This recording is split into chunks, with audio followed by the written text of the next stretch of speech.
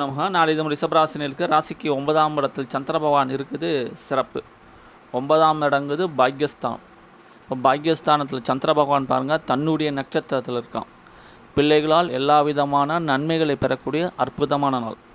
தாய் வழி சொத்துக்கள் கிடைக்கக்கூடிய யோக பிராப்தம் உண்டு. தாயால் நன்மை, தாய் வழி உறவினர்களுக்கு நன்மை, மொத்தத்தில் சிறந்த உன்னதமான நாளாக அமைகிறது. மனதிற்கு விருப்பமான ஸ்தலங்களுக்கு சென்று வரக்கூடிய யோகம் உண்டு.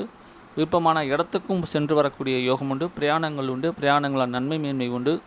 மொத்தத்தில் நல்ல மாற்றங்களும் முன்னேற்றங்களும் ஏற்றத்தும் சிறப்பும் உயர்வு அடையக்கூடிய உன்னதமான உயர்வான நாளாக அமைகிறது. நாளை காலையில் 8:35 வரைக்கும் பார்த்திங்கன்னா 3ஆம் இடத்து அதிபதியுடைய நட்சத்திரம். அதன் பிறகு பார்த்திங்கன்னா ராசிக்கு 7-12 கூடிய நட்சத்திரம். ஆக நாளை முழுவதுமே சிறப்பாகவும் உயர்வாகவும் இருக்கிறது. நாளைக்கு கரிநாளாக புதிய முயற்சிகளை மட்டும் தவிர மற்றபடி சிறப்பான நாள்.